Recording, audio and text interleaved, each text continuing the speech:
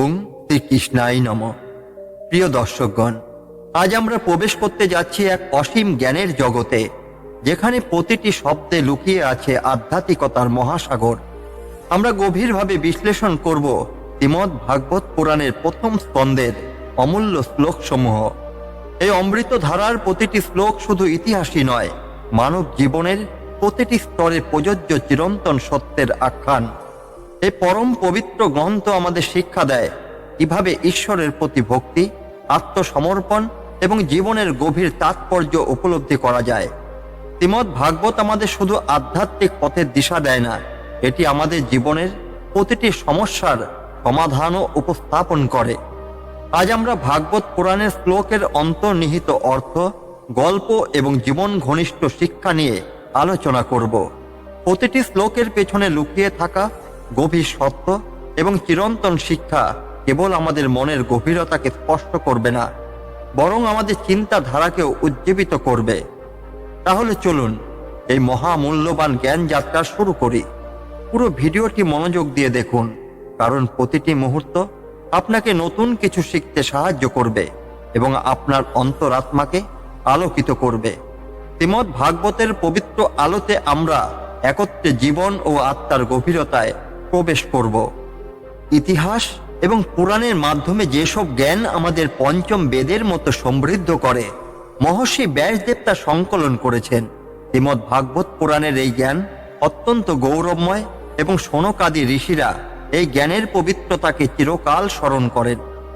বেদ চতুষ্টয়, ঋগ্বেদ, সামবেদ, যজুর্বেদ এবং অথর্ববেদ ছাড়াও শ্রীমদ্ ভাগবত পুরাণকে পঞ্চম বেদ বলা হয়। এটি ভক্তি, জ্ঞান এবং কর্মের সঠিক সমন্বয়। শ্রীমদ্ ভাগবত পুরাণ এবং অন্যান্য পবিত্র গ্রন্থগুলির স্রষ্টা মহর্ষি ব্যাসদেব। এই শ্লোকটি ব্যাসদেবের জ্ঞান এবং তার বিশাল অবদানের প্রতি সম্মান জানায়। শৌনকাদি ঋষিরা ভাগবত পুরাণের গভীর আধ্যাত্মিক অর্থ উপলব্ধি করে এর গুরুত্ব তুলে ধরেছেন। তারা ভাগবতের কাহিনীগুলোকে শাশ্বত জ্ঞানের উৎস হিসেবে বিবেচনা করছেন।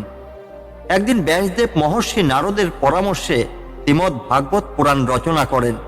তিনি অনুভব করেন যে মানুষের জীবনে সত্যিকারের শান্তি কেবল শ্রীকৃষ্ণের ভক্তি ও লীলার মাধ্যমেই পাওয়া সম্ভব। তাই তিনি ভাগবত পুরাণে এমন কাহিনীগুলো সংকলিত করেন যা ভক্তদের মোক্ষের পথে পরিচালিত করে।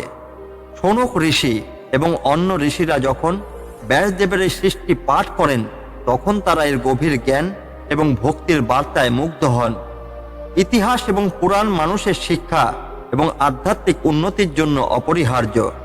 এগুলো জীবনে নৈতিকতা, ভক্তি এবং আত্মোপলব্ধির পথ নির্দেশ করে। ভাগবত পুরাণে জ্ঞান, ভক্তি এবং কর্মের নিখুঁত মিশ্রণ রয়েছে, যেটি একদিকে ভক্তিকে জাগ্রত করে এবং অন্যদিকে জ্ঞানের গভীরতা প্রদান করে। এই শ্লোকটি ভাগবত পুরাণকে পঞ্চম বেদ হিসেবে তুলে ধরে, যা চারটি বেদের চেয়েও সহজবোধ্য এবং প্রাসঙ্গিক। পুরাণের শিক্ষাগুলো আমাদের নৈতিক এবং আধ্যাত্মিক উন্নতিতে সহায়তা করে। মানবতার কল্যাণে ব্যাসদেবের সৃষ্টি চিরকাল স্মরণীয়। শৌনকাদি ঋষিরা ভাগবতের গুরুত্ব তুলে ধরে আমাদের এর শিক্ষা গ্রহণে অনুপ্রাণিত করে। এই শ্লোকটি আমাদের স্মরণ করিয়ে দেয় যে শ্রীমদ্ ভাগবত পুরাণ শুধু একটি ধর্মগ্রন্থই নয়, এটি জীবনের পথে দিশারি। এর জ্ঞান আমাদের জীবনকে পরিশুদ্ধ এবং আলোকিত করতে পারে। স্বরাজ্যের অধিকারী সেই পরাক্রান্ত রাজা মগধ দেশে নিজের ক্ষমতা প্রতিষ্ঠা করেন এবং এক অসাধারণ রাজত্ব চালান। তিনি ছিলেন অত্যন্ত শক্তিশালী এবং তার সুশাসন সারা পৃথিবীতে প্রসিদ্ধ ছিল। মগধ ছিল একটি প্রাচীন এবং গুরুত্বপূর্ণ রাজ্য, যা ধর্ম, সংস্কৃতি এবং শাসনের কেন্দ্রস্থল হিসাবে পরিচিত। এই শ্লোক মগধের ঐতিহ্য এবং সুশাসনের প্রতি আলোকপাত করে। শ্লোকে যে রাজার উল্লেখ করা হয়েছে, তিনি ছিলেন অত্যন্ত পরাক্রান্ত এবং যোগ্য শাসক। তার সুশাসন প্রজাদের কল্যাণে নিবেদিত ছিল। এই শাসক আদর্শ রাজধর্ম এবং ন্যায় পরায়ণতার প্রতীক। স্বরাজ্য শব্দটি শুধু ভৌগোলিক শাসন নয়, বরং আধ্যাত্মিক এবং নৈতিক শাসনের প্রতীক। এই রাজা নিজের চেতনা এবং শাসন উভয় ক্ষেত্রেই পরিপূর্ণ ছিলেন। একবার মগধের রাজা, যিনি অত্যন্ত শক্তিশালী ও পরাক্রমশালী ছিলেন, প্রজাদের সুখ শান্তি নিশ্চিত করতে কঠোর শাসন ব্যবস্থা প্রবর্তন করেন। এক রাতে এক দরিদ্র কৃষক তার কাছে এসে জানায় তার জমিতে ফসল ফলছে না এবং তার পরিবার অনাহারে দিন কাটাচ্ছে। রাজা তখন নিজের ধন ভাণ্ডার খুলে সেই কৃষককে সাহায্য করেন এবং ব্যক্তিগতভাবে তার জমিতে ফসল উৎপাদনের ব্যবস্থা করেন। রাজা এমন এক উদাহরণ সৃষ্টি করেন যা পরবর্তী প্রজন্মের শাসকদের কাছে ন্যায় বিচার এবং দয়ার প্রতীক হয়ে ওঠে। শ্লোকটি এক পরাক্রান্ত শাসকের মাধ্যমে সুশাসন এবং ন্যায় বিচারের গুরুত্ব তুলে ধরে। এই ধরনের শাসক শুধু নিজের রাজ্যেই নয়, গোটা পৃথিবীতে শান্তি এবং সমৃদ্ধি আনতে পারেন। শ্লোকটি দেখায় যে একজন শাসক শুধু ক্ষমতার অধিকারী নন, তিনি নৈতিকতারও ধারক। রাজধর্ম মানে প্রজাদের কল্যাণে সবকিছু উৎসর্গ করা। শাসন ব্যবস্থার আধ্যাত্মিক দিকটি এই শ্লোকের একটি গুরুত্বপূর্ণ বিষয়। একজন রাজা তার প্রজাদের সেবা করার মাধ্যমে ঈশ্বরের সেবায় নিজেকে নিবেদিত করেন। প্রজাদের সেবা এবং ন্যায় বিচার একজন শাসকের প্রধান দায়িত্ব। ক্ষমতা ভোগের জন্য নয়, সেবার জন্য। একজন শাসকের ন্যায় বিচারী এবং দয়ালু মনোভাবেই তাকে ইতিহাসে স্থান করে দেয়। শ্লোকটি আমাদের মনে করিয়ে দেয়, প্রকৃত শাসন মানে ক্ষমতা প্রদর্শন নয়, বরং প্রজাদের সেবার মাধ্যমে নিজেকে উৎসর্গ করা। মগধের রাজা ছিলেন এর অনন্য উদাহরণ। শ্রীমদ্ ভাগবত পুরাণের এই বার্তাগুলো আমাদের ব্যক্তিগত এবং সামাজিক জীবনে পথ প্রদর্শক হতে পারে। সজ্ঞানে পরিপূর্ণ সেই ব্যক্তি নিজের আত্মার দ্বারা নিজের প্রকৃত সত্তাকে উপলব্ধি করেন। তিনি সকল বস্তুগত আকাঙ্ক্ষা থেকে মুক্ত এবং সম্পূর্ণরূপে আত্মার আনন্দে নিমগ্ন। তার সমগ্র আশ্রয় আত্মার মধ্যে সীমাবদ্ধ। এই শ্লোকটি একজন জ্ঞানী ব্যক্তির অবস্থার কথা বলে, যিনি নিজের প্রকৃত সত্তাকে উপলব্ধি করছেন। এ ধরনের ব্যক্তির জন্য বাইরের বস্তুগত জগতে আর কোনো আকর্ষণ থাকে না। এখানে বলা হয়েছে, আত্মা যখন নিজের প্রকৃত স্বরূপ উপলব্ধি করে তখন সে সব আকাঙ্ক্ষা এবং বন্ধন থেকে মুক্ত হয়ে যায়। এই মুক্তি প্রকৃত আনন্দ। শ্লোকটি দেখায় যে প্রকৃত জ্ঞানী ব্যক্তি নিজের ভিতরে আত্মাতে শান্তি এবং আশ্রয় খুঁজে পান। বাইরের কোনো শক্তি তাকে আর প্রভাবিত করতে পারে না। রাজা জনক ছিলেন এক প্রজ্ঞাবান ও আত্মজ্ঞানে পরিপূর্ণ ব্যক্তি। একদিন তার রাজ্যে বড় ধরনের আগুন লাগে। প্রাসাদ পুড়ে যাওয়ার সময়ও জনক গভীর ধ্যানে নিমগ্ন ছিলেন। রাজ্যের মন্ত্রীরা তাকে দৌড়ে এসে জানায়, হে মহারাজ, আপনার প্রাসাদ পুড়ে যাচ্ছে। জনক শান্তভাবে উত্তর দিলেন, আমার আত্মা অক্ষত রয়েছে। প্রাসাদ বা রাজ্য পুড়লেও কিছু যায় আসে না। এই গল্পটি আত্মসন্তুষ্টি ও আত্মজ্ঞান অর্জনের গুরুত্ব তুলে ধরে। জনকের মতো একজন ব্যক্তি বাইরের কোনো ঘটনার দ্বারা বিচলিত হন না। শ্লোকটি বোঝায় যে প্রকৃত আনন্দ কেবল আত্মার মধ্যেই পাওয়া যায়। বাইরের বস্তু বা পরিস্থিতি কখনো স্থায়ী আনন্দ দিতে পারে না। জীবনে বস্তুগত আকাঙ্ক্ষা আমাদের শান্তি নষ্ট করে। আত্মজ্ঞান অর্জনের মাধ্যমে এই আকাঙ্ক্ষাগুলো ত্যাগ করা সম্ভব। শ্লোকটি আত্মনির্ভরশীলতার গুরুত্বের উপর জোর দেয়। বাইরের জগৎ আমাদের নিয়ন্ত্রণ করতে পারে না, যদি আমরা নিজের আত্মার শক্তি বুঝতে পারি। প্রকৃত শান্তি বাইরের জগতে নয়, নিজের আত্মার মধ্যে। আকাঙ্ক্ষা থেকে মুক্ত হওয়া মানেই প্রকৃত সুখ লাভ। ধ্যান এবং জ্ঞান আমাদের সত্যিকার সত্তার সাথে সংযোগ স্থাপন করতে সাহায্য করে। এই শ্লোকটি আত্মজ্ঞান এবং আত্মার শক্তির গুরুত্ব সম্পর্কে আমাদের শিক্ষা দেয়। বাইরের জগতে সুখ এবং দুঃখের ঊর্ধ্বে উঠে প্রকৃত আনন্দ খুঁজে পাওয়ার জন্য আত্মার প্রতি মনোনিবেশ করা জরুরি। শ্রীমদ্ ভাগবতের এই গভীর জ্ঞান আমাদের জীবনে দিশা দেখাতে পারে। তিনি অর্থাৎ পরীক্ষিত তার মা উত্তরার মৃত্যু সংকটের সময় শক্ত হৃদয় হয়ে তার প্রভু শ্রীকৃষ্ণের চরণে পূর্ণ আত্মসমর্পণ করলেন। এ শ্লোকে বর্ণিত হয়েছে, যখন পরীক্ষিত মহারাজের মা উত্তরার গর্ভে সন্তান ধারণ করছিলেন, তখন অশ্বত্থামার ব্রহ্মাস্ত্র দ্বারা তাকে মৃত্যুর মুখে পড়তে হয়। সেই সময় শ্রীকৃষ্ণের কৃপায় উত্তরার গর্ভস্থ ভ্রূণ রক্ষা পায়। পরীক্ষিতের মনোবল এবং আত্মসমর্পণের দৃষ্টান্ত তুলে ধরা হয়েছে। জীবনের সংকটময় পরিস্থিতিতেও তিনি দৃঢ় বিশ্বাসে শ্রীকৃষ্ণের চরণে আত্মসমর্পণ করেন। এটি প্রমাণ করে ঈশ্বরের প্রতি বিশ্বাসই প্রকৃত আশ্রয়। শ্লোকটি দেখায় কঠিন সময়ে নিজের দুর্বলতা দূর করে একজন ভক্ত কিভাবে ঈশ্বরের শরণাপন্ন হন। এই শ্লোক আত্মসমর্পণের মাধ্যমে সংকট কাটিয়ে ওঠার বার্তা দেয়।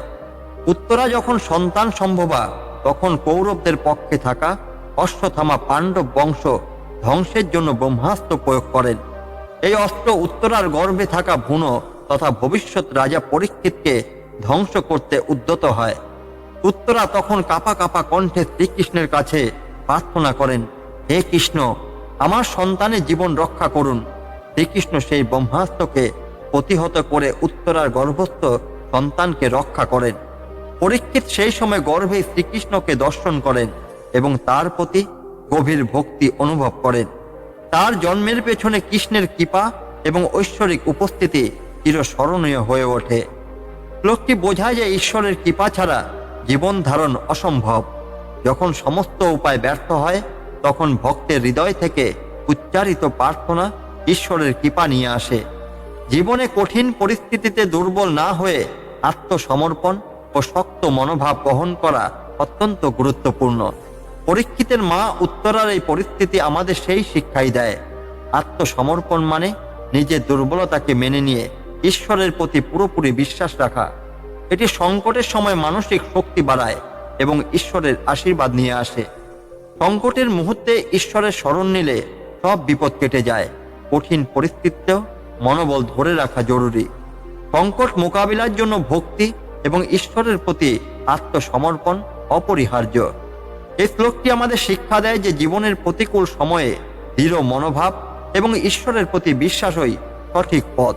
শ্রীকৃষ্ণের কৃপায় উত্তরা যেমন নিজের সন্তানের জীবন রক্ষা করতে পেরেছিলেন, তেমনই আমরা ঈশ্বরের শরণাপন্ন হলে সব বিপদ থেকে মুক্তি পাব। যে ভগবান বিষ্ণু সমস্ত জীবের অন্তরে অবস্থান করেন এবং যার শক্তি সমস্ত সৃষ্টির মধ্যে প্রবাহিত হয়, সেই ভগবান সর্বদা জয়ময়। সৃষ্টির শুরু থেকে তার এই গৌরব চিরন্তন। এই শ্লোকটিতে উল্লেখ করা হয়েছে যে ভগবান বিষ্ণু সকল জীবের হৃদয়ে অবস্থান করেন। তার শক্তি, জ্ঞান এবং করুণার প্রবাহ প্রতিটি জীবের অন্তর পর্যন্ত বিস্তৃত। ভগবান বিষ্ণু সৃষ্টির আদি কারণ। তার ইচ্ছায় এই জগৎ সৃষ্টি হয় এবং আবার তার ইচ্ছায় লীন হয়। এই চক্র নিরবিচ্ছিন্নভাবে চলে। লোকটি জোর দেয় যে ভগবান সর্বদা জয়ময় এবং অনন্তকাল ধরে তার মহিমা বিরাজমান। ভক্তরা যখন তার শরণাপন্ন হয় তখন তাদের জীবনেও বিজয় নিশ্চিত হয়। একবার নারদ মুনি বিষ্ণু সর্বব্যাপিতা সম্পর্কে সন্দেহ প্রকাশ করেন। তিনি ভগবান বিষ্ণুকে জিজ্ঞাসা করলেন, আপনি কি সত্যি প্রতিটি জীবের হৃদয়ে অবস্থান করেন? বিষ্ণু তখন মৃদু হাসলেন এবং বললেন, তুমি নিজেই পরীক্ষা করে দেখো। নারদ মুনি ভগবানের অনুমতি নিয়ে সমস্ত জীবের অন্তরে প্রবেশ করতে থাকলেন। প্রতিটি হৃদয়ের গভীরে তিনি বিষ্ণুর উপস্থিতি অনুভব করলেন। তখন তিনি বুঝতে পারলেন ভগবান শুধুমাত্র সর্বশক্তিমানই নন, তিনি প্রত্যেক প্রাণীর হৃদয়ে সর্বদা উপস্থিত। ভগবান বিষ্ণু শুধু সৃষ্টির স্রষ্টা নন, তিনি প্রতিটি সৃষ্ট জীবের অন্তরাত্মা। তার এই সর্বব্যাপিতা প্রমাণ করে যে তিনি চিরন্তন এবং সর্বদা সজাগ। ভগবান প্রতিটি জীবের হৃদয়ে বসে তাদের কর্ম এবং চিন্তার সাক্ষী। ফলে তার শরণাপন্ন হয়ে সৎকর্ম এবং সদাচরণ করা উচিত। শ্লোকটি ভগবান বিষ্ণুকে সৃষ্টির আদি কারণ হিসেবে তুলে ধরে। সমস্ত সৃষ্টির উৎস, অস্তিত্ব এবং ধ্বংস তার ইচ্ছার উপরে নির্ভরশীল। ভগবান আমাদের অন্তরে অবস্থান করেন, তাই কোনো অশুভ চিন্তা বা কাজ লুকানো সম্ভব নয়। ভক্তি এবং শুদ্ধ হৃদয় দিয়ে ভগবানের সঙ্গে সংযোগ স্থাপন করা যায়। ভগবান সর্বদা আমাদের পাশেই থাকেন, তাই সংকটময় অবস্থায় তার প্রতি বিশ্বাস হারানো উচিত নয়। এই শ্লোকটি আমাদের মনে করিয়ে দেয় যে ভগবান আমাদের হৃদয়ের অন্তরে অবস্থান করছেন। তার প্রতি ভক্তি এবং বিশ্বাসই আমাদের জীবনের প্রকৃত পথপ্রদর্শক। ভগবান বিষ্ণু সৃষ্টির আদি কারণ এবং সমস্ত জীবের আশ্রয়। তার শরণাপন্ন হলে জীবন অর্থপূর্ণ হয়। আজকের এই আধ্যাত্মিক যাত্রায় আমাদের সঙ্গ দেওয়ার জন্য আপনাদের সবাইকে আন্তরিক ধন্যবাদ। আমরা শ্রীমদ্ ভাগবত পুরাণের প্রথম স্কন্ধের মূল্যবান শ্লোকসমূহের গভীর তাৎপর্য, আধ্যাত্মিক শিক্ষা এবং জীবনের জন্য প্রাসঙ্গিক বার্তাগুলো আলোচনা করেছি। এই মহান গ্রন্থের প্রতিটি শব্দ আমাদের জীবনের অন্ধকারে আলোর দিশা দেখায়। ভক্তি, আত্মসমর্পণ এবং জীবনের প্রকৃত উদ্দেশ্য উপলব্ধির জন্য এটি একটি অপরিসীম জ্ঞান ভাণ্ডার। যদি এই ভিডিওটি আপনাদের ভালো লেগে থাকে এবং এটি থেকে কিছু শিখতে পেরে থাকেন, তবে ভিডিওটি অবশ্যই লাইক করুন এবং আপনার মতামত আমাদের জানান। আপনার বন্ধু এবং পরিবারদের সঙ্গে এই জ্ঞানময় আলোচনাটি শেয়ার করুন, যাতে তারাও উপকৃত হতে পারেন। আমাদের চ্যানেলটি সাবস্ক্রাইব করতে ভুলবেন না এবং বেল আইকনটি ক্লিক করুন, যাতে আমরা নতুন ভিডিও আপলোড করলে আপনি সঙ্গে সঙ্গে নোটিফিকেশন পান। শ্রীমদ্ ভাগবত পুরাণের প্রতিটি অধ্যায়ের আধ্যাত্মিকতা নিয়ে আমরা আরো অনেক গভীরে যাব। পরবর্তী পর্বে আবার দেখা হবে।